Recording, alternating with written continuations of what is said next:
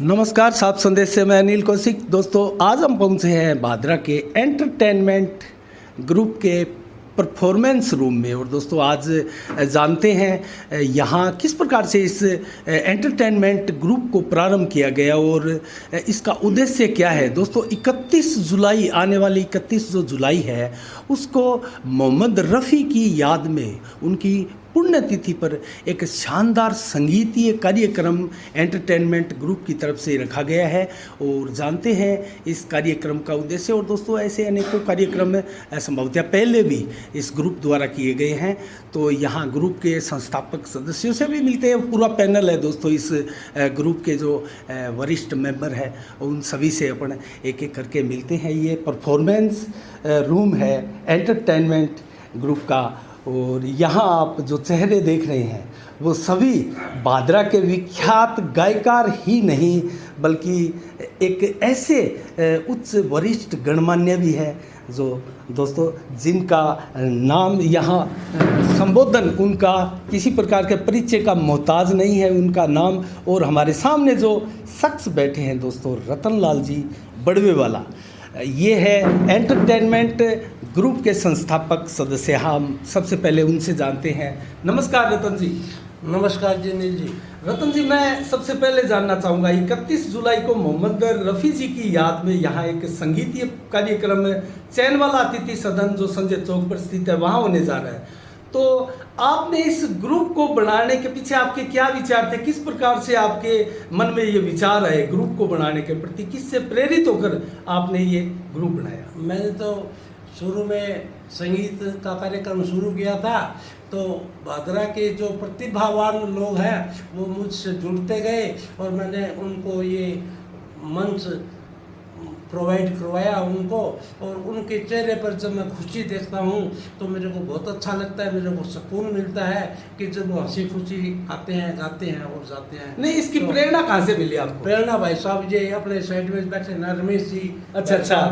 ये इस गाँव के म्यूजिक के 4-5 साल से यही यहाँ पे करता धरता है। अच्छा, इनके संपर्क में थे आप? इनके संपर्क में था और पहले इनके घर पे चलता था ये कार्यक्रम। अच्छा। तो वहाँ पे मैं जाता था, फिर बाद में यहाँ पे शुरू किया। चलो, बहुत बहुत आपको बधाई हो। ऐसा एक एंटरटेनमेंट ग्रुप आपने भादरा क्षेत्र के लिए बनाया है और यहाँ जो दबी हुई शख्सियतें हैं संगीत के क्षेत्र में, उनको एक बहुत शानदार मंच प्रदान किया है। रतन जी, आपको बहुत बहुत साधुवाद साफ संदेश की तरफ से। अब हम जानते हैं रमेश जी शर्मा से। दोस्तों, हम जिन शख्स से अब बात करने जा रहे हैं, ये है रमेश जी शर्मा। अध्यापक हैं और बहुत ही शानदार गायकार है। उनकी उम्दा गायकी के भादरा कस्बे में ही दोस्तों बहुत फैन है और मैंने भी उनकी आवाज़ को सुना है। बहुत सुरीली आवाज़ में गाते हैं। रमेश जी, आपका बहुत बहुत अभिनंदन साफ संदेश। धन्यवाद, थैंक यू। तो रमेश जी, इस ग्रुप के बारे में आप बताइए, किस प्रकार ये इस ग्रुप के विचार आपके दिमाग में आए और आपने रतन जी के माध्यम से इस ग्रुप में जो है जान डाली और इसको एक नाम दिया? एक्चुअली क्या है कि करीबन 5-6 साल पहले मैंने ये शुरुआत की थी और उस वक्त भाई साहब रतन जी आया करते थे।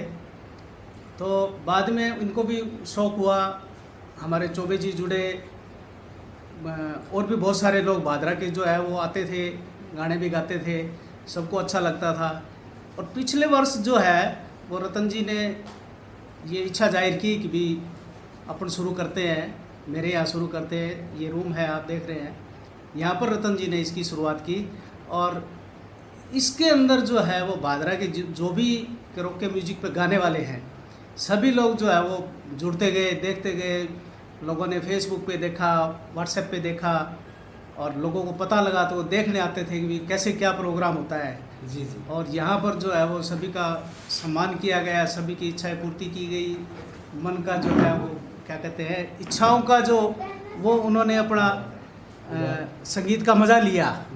जो पुराने गीत हैं किशोरदा के हैं, रफ़ी साहब के हैं और जो भी अपने महान गायक रहे हैं, सबके गाने यहाँ गाए जाते हैं। और शाम को लगभग 3 घंटे के करीब यहाँ प्रोग्राम चलता है। अच्छा, ये परफॉर्मेंस रूम है एक तरफ से? हाँ जी, हाँ जी, है ना? बिल्कुल। तो क्या रोज़ाना रियाज यहाँ किया जाता है? हाँ, लगभग रोज़ाना ही होता है। कोई एक दो कोई छुट्टी हो अच्छा, जाए तो एक अलग चीज बात। मैं आपसे जानना चाहूंगा रमेश जी, जी, क्योंकि जी। आप इसके पीछे प्रमुख दिमाग आपका ही बताया जा रहा है, और जिस प्रकार से रतन जी ने आपका नाम लिया, जी। मैं ये चीजें मेरे दिमाग में भी क्लियर हो गई कि इसके पीछे जो है आपकी जी। एक सोच है। तो किस प्रकार से आपसे लोग जो दबे हुए एक प्रकार से गायकार है भादरा क्षेत्र के, जी। और वो उनको किसी प्रकार का मंच प्राप्त नहीं हो रहा था, कहीं दिखाई नहीं दे रहा था, उनके लिए आपके दिमाग में ये विचार फिर आया कैसे, और कैसे आप ऐसे गायकारों को इसमें जोड़ते हैं, सदस्यता देते हैं? क्या पैमाने हैं आपके सदस्यता के? पैमाने तो यूँ है कि हर कोई जो है वो संगीत से जुड़ा हुआ है, जी मन ही मन में गाते हैं लोग, साथ साथ में गाने गाते हैं। लेकिन जो कैरोके का सिस्टम जो हमने चालू किया, रतन जी भाई साहब ने और हमने जो चालू किया है, बाकी लोग भी बैठे हैं तो उससे क्या हुआ कि उनको एक दो बार तो थोड़ी सी मुश्किलें आई, लेकिन बाद में उनको गाने की जो है आदत पड़ गई और उनको खूब मज़ा आने लग गया। जी जी मतलब चूकते ही नहीं है यहाँ आने में। जी। एक दो बंदे तो ऐसे हैं तो नॉन स्टॉप आप उनसे जो है वो 5-6 गाने गवा सकते हो, वो गाते हैं जी जी। और डेली आते हैं। तो बड़ा अच्छा लगता है, पुराने गायकार को याद करते हैं, पुराने को।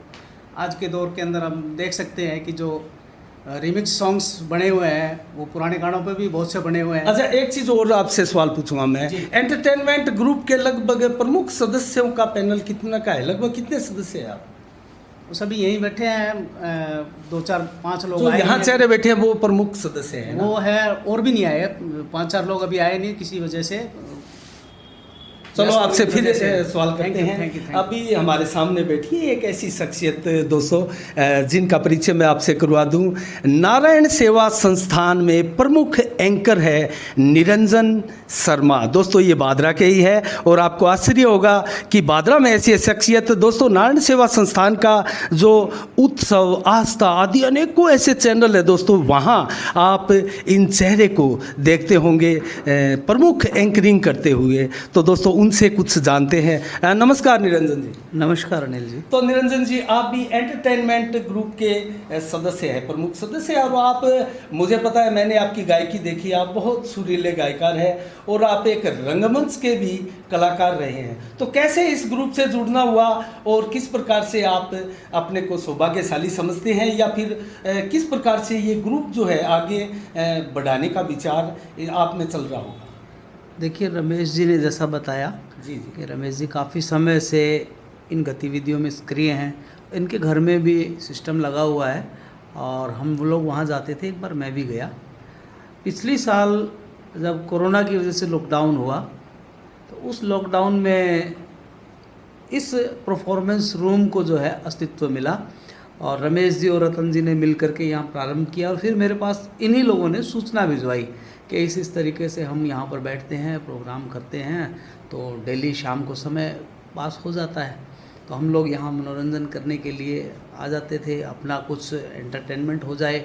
और साथ में क्या है कि हर व्यक्ति में एक सिंगर होता है, हर व्यक्ति में एक गायक होता है। तो किसी में वो मुखर हो जाता है, किसी में वो साइलेंट रहता है।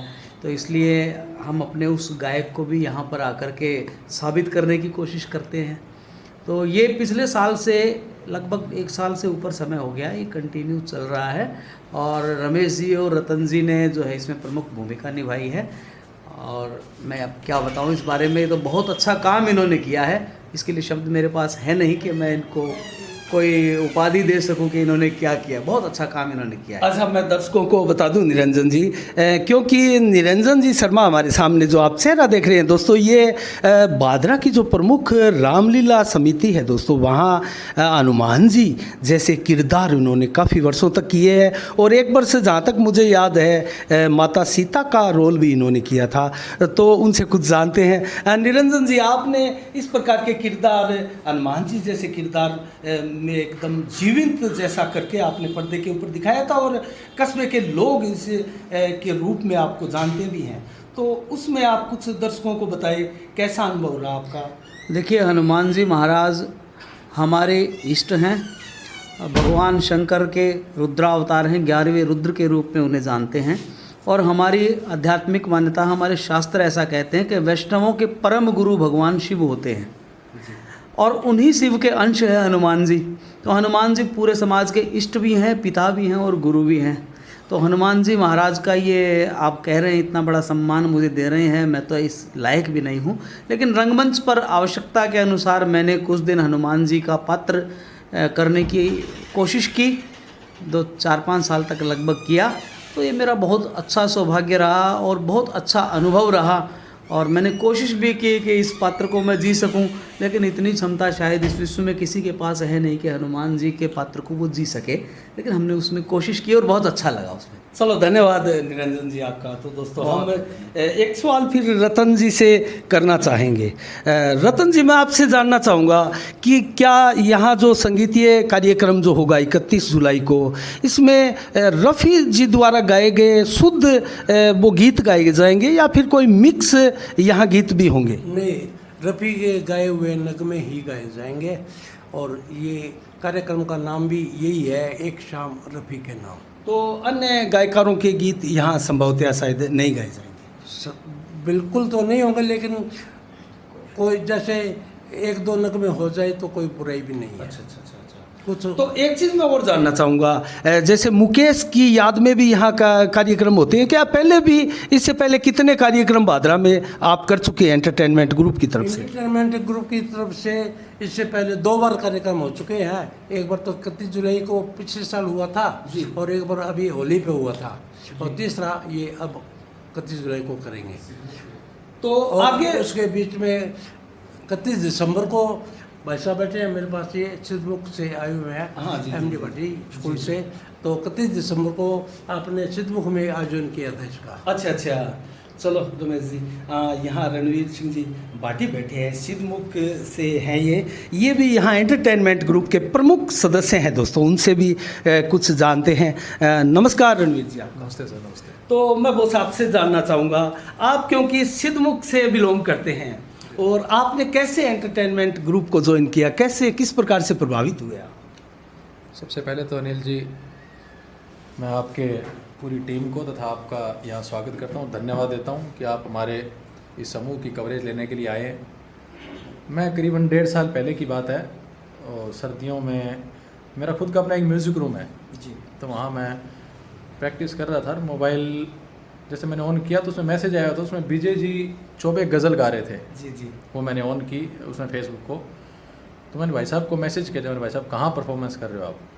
तो इन्होंने बताया जैसे हमारा एक ग्रुप है भादरा में और आप आइए। तो इन्होंने नंबर दिया मुझे, रतन जी का नंबर दिया, और इस ग्रुप के हमारा जो संगीत समूह है इसके संस्थापक और पितामह कहे जाने वाले रतन जी बड़वावाला को मैं धन्यवाद देता हूँ कि इन्होंने बहुत ऐसे 12-13 साल के बच्चों से लेकर 60 साल तक के जवानों को और वृद्धजनों को इन्होंने मौका दिया संगीत में आने का। तो मैं वहीं से फिर इनके पास आया, इन्होंने बड़ा स्वागत किया, और वहाँ से इनकी एक नई परंपरा, एक नया कल्चर, इनकी संस्कृति मुझे बहुत अच्छी लगती है कि यहाँ इस समूह से जो जुड़ता है हकीकत में वो इस समूह को छोड़ता नहीं है। यहाँ इतना प्यार, प्रेम, हंसी मजाक, मनोरंजन, सानिध्य इतना मिलता है कि हमें ग्रुप छोड़ने का मन ही नहीं करता किसी हाल के अंदर। जी। और बहुत अच्छा इनका कार्य है, मैं इनको इस चीज़ के लिए धन्यवाद देता हूँ। तो भट्ट जी, मैं एक सवाल आपसे और पूछना चाहूँगा, क्योंकि आप एंटरटेनमेंट ग्रुप के प्रमुख सदस्य भी हैं, प्रमुख रणनीतिकार भी मैं कहूँ तो क्या देहात क्षेत्रों में भी ऐसे कार्यक्रम का आयोजन आपके ग्रुप द्वारा किया जाएगा? सर बिल्कुल किया जाना चाहिए, हमारी विचारधारा भी है इस तरीके की। अभी आगे जैसे ये तो रफ़ी साहब की पुण्यतिथि है तो हमने अभी यहाँ भादरा में रखा है, इसके बाद में जैसे किशोर साहब की आती है तो हमारा अभी ये है, हम सोच रहे हैं, इस प्रकार का हमारा विचार है कि हम ग्रामीण क्षेत्र में रखें। लेकिन क्या है अनिल जी, अब तो परिपाटी बदल गई है, विचारधाराएं बदल गई हैं। एक समय था, आप देखते होंगे गांव के चौपालों में संध्या काल को शाम के समय बड़े बुजुर्ग बैठा करते थे। उस टाइम रेडियो उनके माध्यम से इकट्ठे हुआ करते थे, फिर अपना मनोरंजन के लिए ढोलक पेटी उनके माध्यम से इकट्ठे हुआ करते थे, भजन कीर्तन किया करते थे, वो संगीत संध्याएं होती थी। तो वो चीज़ अपडेट हो गई, उसने अपना एक नया रूप ले लिया। और आपका जो सवाल है कि गाँव में भी करेंगे, बिल्कुल मेरे तो खुद का ये है कि गाँव के बच्चे तक और नौजवानों तक, युवा साथियों तक, माताओं बहनों तक उनकी भी रुचि संगीत में होनी चाहिए। आप अगर किसी भी अच्छे साइकेट्रिस्ट से मिलते हैं, डॉक्टर जो मनोवैज्ञानिक जो डॉक्टर हैं, मनोचिकित्सक हैं, उनसे आप पूछिएगा, वो कहते हैं कि संगीत आपके ब्लड प्रेशर को नॉर्मल करता है, आपके तनाव को दूर करता है। जी, इसमें कोई संगीत दो राय नहीं है। कोई दो राय नहीं है। संगीत का मुकाबला मैं कहता हूँ कोई भी दवाई नहीं कर सकती। कोई भी दवाई नहीं कर सकती। अगर हमारा पुराना, वैसे हमारे प्लस 11th 12th आर्ट्स के अंदर हमने संगीत का रखा है, सब्जेक्ट रखा है, तो उसमें मतलब संगीत से ऐसे ऐसे विराट मैं कह रहा हूँ कलाकार हुए हैं कि जिन्होंने अपनी आवाज़ से और मेघ गरजा दिए, बारिश ला दी अपनी आवाज़ से उन्होंने। जी, इसके बाबत तो मैं एक सवाल फिर और पूछना चाहूँगा रणवीर जी। यहाँ जो एंटरटेनमेंट ग्रुप के संस्थापक सदस्य हैं रतनलाल जी बड़ुएवाला, उनको भी एक प्रकार से अचीवमेंट मिला है इस क्षेत्र में संगीत की बदौलत, तो उसके बारे में भी कुछ बताएं आप। मैं कहता हूँ अनिल जी, इनकी सादगी और इनको सभी लोगों को जोड़े रखने की इनकी जो शक्ति है ना, वो बड़ी काबिल तारीफ़ है। ये सभी को एक अपने परिवार की तरह रखते हैं और पर्सनली चाहे इनको कोई काम ना हो। मैं बताता हूँ कि मेरी सूची के अंदर, मेरे मित्र सूची में माता पिता वो तो हमें करते ही हैं, बेवजह फ़ोन करते हैं। एक रतन जी ऐसे हैं जो मुझे बेवजह फ़ोन करते हैं, जो बिना काम मुझे फ़ोन करते हैं सिर्फ ये पूछने के लिए कहाँ हो, क्या कर रहे हो, क्या कार्यक्रम है। तो इससे आप दुखी नहीं होते? नहीं, खुशी होती है, अच्छा लगता है। अच्छा लगता है कि जब हमें कोई निस्वार्थ और बिना काम के लिए तो सभी फ़ोन करते हैं, काम के लिए तो सब करना पड़ेगा उनको, लेकिन जो आपके हालचाल जानने के लिए, आपको अंदर तक जानने के लिए, कई बार फिर ऐसी फीलिंग नहीं आती कि बुरे फंस गए अपन तो? नहीं, फिक्र जो हमारी फिक्र करता है ना कौशिक जी, वो अच्छा लगता है। अच्छा। वो कोई भी हो, चाहे इसमें ये नहीं कह सकते बुरे फंस गए। फिर रतन जी फंसाने वालों में नहीं है, वो प्रेम से बांध के रखने वालों में।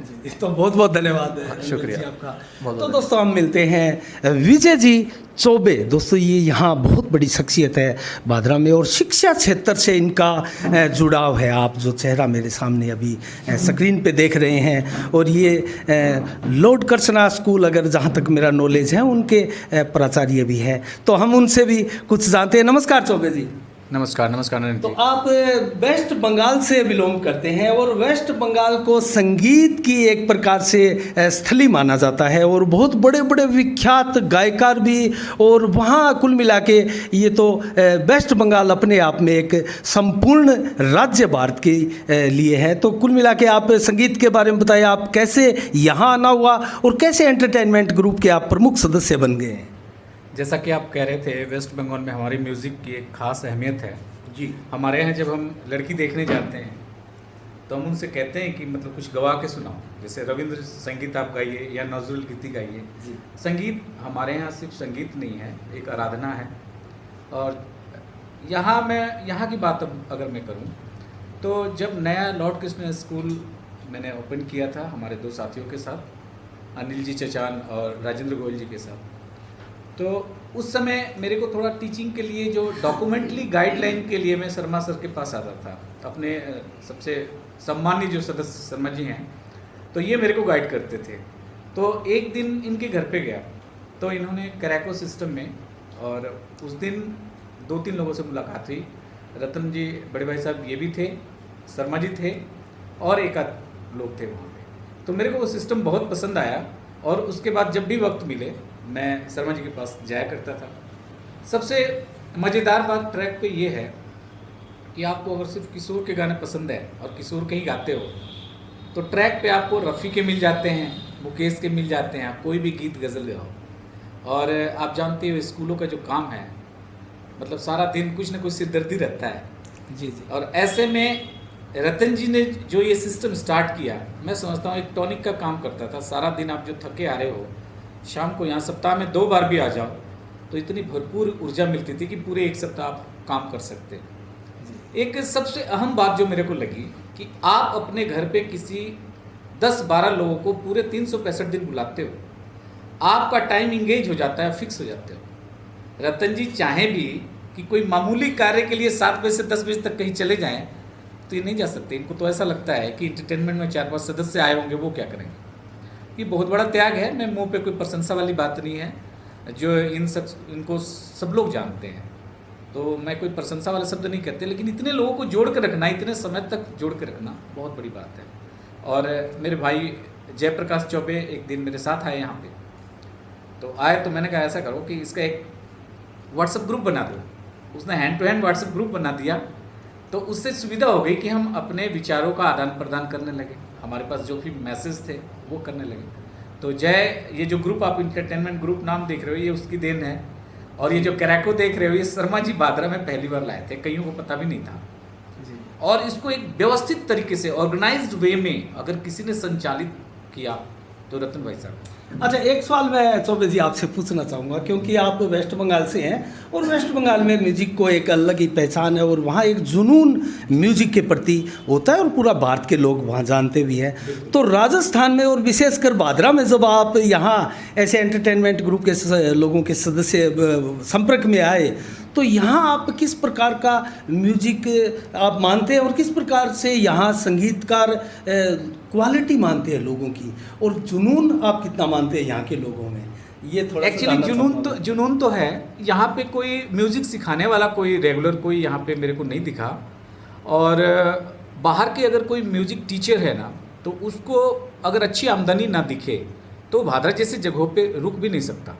यहाँ डांस का काफ़ी प्रचार प्रसार है, संगीत का अब बन रहा है लोगों में, 1-2 सालों से बन रहा है, और मेरे ख्याल से ये काफ़ी आगे नहीं, दबी हुई प्रतिभाएं बहुत है, गांव में भी बहुत है और धीरे धीरे बाहर भी आ रही है, तो आप उनके बारे में क्या कहना चाहेंगे? बिल्कुल बिल्कुल, हमारा ये जो मंच है इसका कोई एक फिक्स क्राइटेरिया नहीं है मेंबरशिप का, न तो कोई इसमें कोई कंट्रीब्यूशन है कोई पैसे से रिलेटेड या कुछ।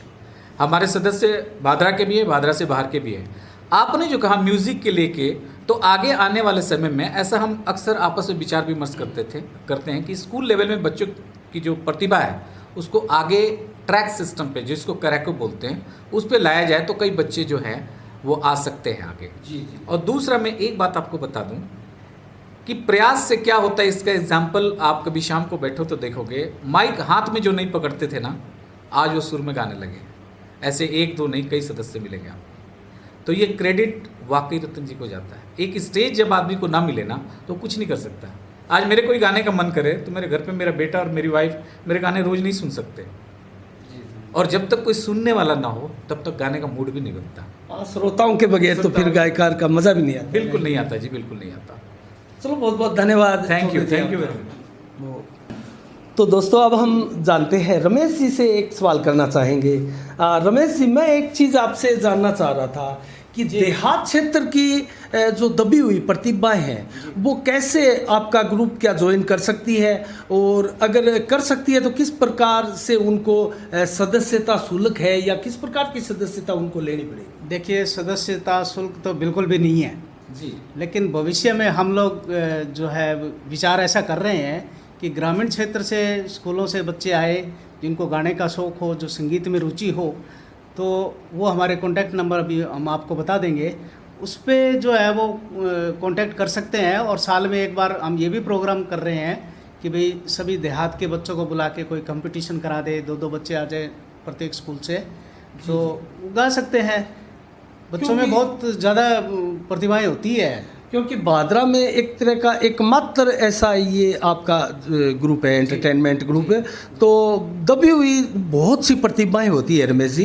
तो मेरे कहने का तात्पर्य यही था कि ऐसी प्रतिभाओं को एक मंच यहाँ हमारे कस्बे में ही मिले, इसके लिए मैंने ये सवाल किया। अनिल जी, ऐसा है, जो प्रोग्राम रतन जी ने, हम लोगों ने जो शुरू किया था, उसमें सारी दबी हुई प्रतिभाएं आई थी हमारे पास। नहीं, अब फिलहाल कितने दबी हुई प्रतिभाओं को आप खोद चुके हैं अब तक?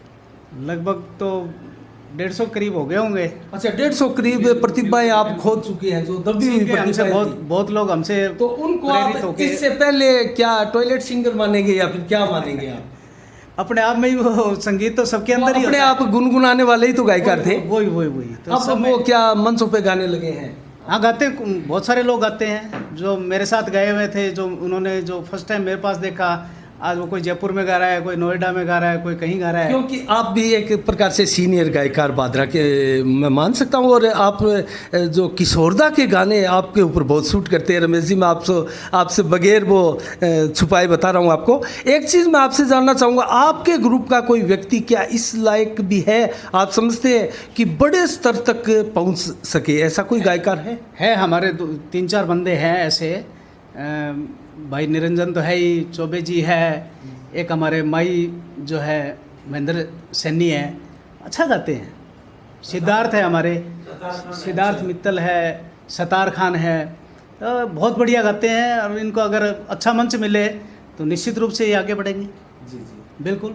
चलो फिर हम एक सवाल यहाँ निरंजन जी से भी करना चाहेंगे, क्योंकि निरंजन जी बहुत ही सुरीले, दोस्तों मैं कहूँ, इनकी आवाज़ें मैंने सुनी है और रामलीला में भी मैंने इनको गाना गाते हुए बहुत देखा और बहुत से गीत गाते हुए भी इनको देखा। इनकी मैं मजबूरी है इस यहाँ साफ संदेश चैनल के ऊपर इनकी आवाज़ आपको नहीं सुना सकता, लेकिन दोस्तों इनसे कुछ जानना चाहेंगे हम। निरंजन जी, आप कैसे आपने ये क्षेत्र ज्वाइन किया, कैसे आप गाने के प्रति आपका जो लगाव है वो धीरे धीरे बढ़ा था, तो कुछ इसके बारे में बताएं, क्योंकि आप बहुत बड़े एक प्रकार से मैं कहूँगा गायकार भी भादरा की तरफ से माने जाते हैं। देखिए, बहुत बड़े वाली कोई बात नहीं है, ये आपका बड़प्पन है। और जहाँ तक आप पूछ रहे हैं कि कब मैं इससे जुड़ा, तो अगर आप सच पूछें तो मुझे खुद को नहीं पता है। मैंने जब से होश संभाला है अपने आप को संगीत से प्रेम करते हुए ही पाया है। कहीं भी कोई सुरीला गाना सुनता हूँ तो उसको मैं रुक कर के सुनता हूँ। कोई भी काम से जा रहा हूँ और कोई कहीं गाना बज रहा है तो मैं रुक के उसको सुनने लगता हूँ। ये मेरी बचपन से आदत रही है और यही धीरे धीरे बढ़ती गई। और मैं ही क्यों, इस दुनिया का हर व्यक्ति संगीत से जुड़ा हुआ है। जैसे अभी आप रमेश जी से जिक्र कर रहे थे कि आप उनको टॉयलेट सिंगर मानते हैं, कहीं ना कहीं अपने संगीत को हर व्यक्ति मुखर करता है।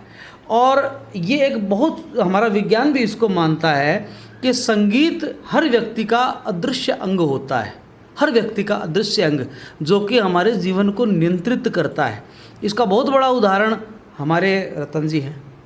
हाँ, इससे जुड़ा मैं आपसे एक चीज़ जानना चाहूँगा कि संगीत को, क्योंकि किसी विशेषज्ञों से भी मैंने सुना है कि संगीत थेरेपी का भी काम कर सकता है, तो क्या ऐसा कोई उदाहरण आप बता सकते हैं? देखिए, संगीत जो है दो चीज़ों से बना है, सुर और ताल। ताल जो होती है उसको हम रिदम बोलते हैं, वो एक कालखंड का नाम होता है। और पूरी रिदम जो है, सृष्टि पूरी रिदम पर ही कायम है। 24 घंटे में अपनी पृथ्वी एक चक्कर लगाती है तो एक दिन बनता है, ये एक रिदम है। तो रिदम का मतलब जड़ से हमारा जुड़ाव है। और संगीत थेरेपी इस प्रकार से काम करती है कि यदि व्यक्ति को कोई डिजीज़ हो गई है तो वो व्यक्ति संगीत का सहारा लेकर के उससे दूर हो सकता है। हमारे रतन जी हैं, इनको पैरालाइज नामक बहुत भयानक बीमारी ने पकड़ लिया था, जिसमें से 2.5 साल पहले, जिसमें शरीर का आधा अंग बेकार हो सकता है, हो भी जाता है। और इनकी स्थिति ऐसी आ गई थी कि ये ढंग से बोल भी नहीं पाते थे। फिर धीरे धीरे, चूँकि ये संगीत प्रेमी तो बचपन से ही हैं, फिर धीरे धीरे ये एंटरटेनमेंट हमारा ग्रुप शुरू हुआ और माइक पकड़ने लग गए और धीरे धीरे गाने लग गए। तो जो संगीत से इनका जुड़ाव हुआ और इनका अदृश्य अंग जो है मुखरित हुआ, और उस अदृश्य अंग ने इनके विकारों को, शारीरिक विकारों को साफ करना शुरू किया। तो आज पोजीशन ये हो गई है कि ये सुर में और बिल्कुल रिदम में परफेक्ट गाते हैं, कहीं कोई कमी नहीं है, बहुत साफ बोलते हैं, बहुत अच्छा बोलते हैं। और ये नहीं है कि ये पहले से गायक हैं, इस घटना से पहले ये संगीत प्रेमी तो ज़रूर थे लेकिन गायक नहीं थे। इस घटना के बाद तो ये संगीत से इतना जुड़े कि गायक बन गए। इनके जीवन को संगीत ने पूरी तरीके से नियंत्रित किया है, इनके विकार को समाप्त किया है।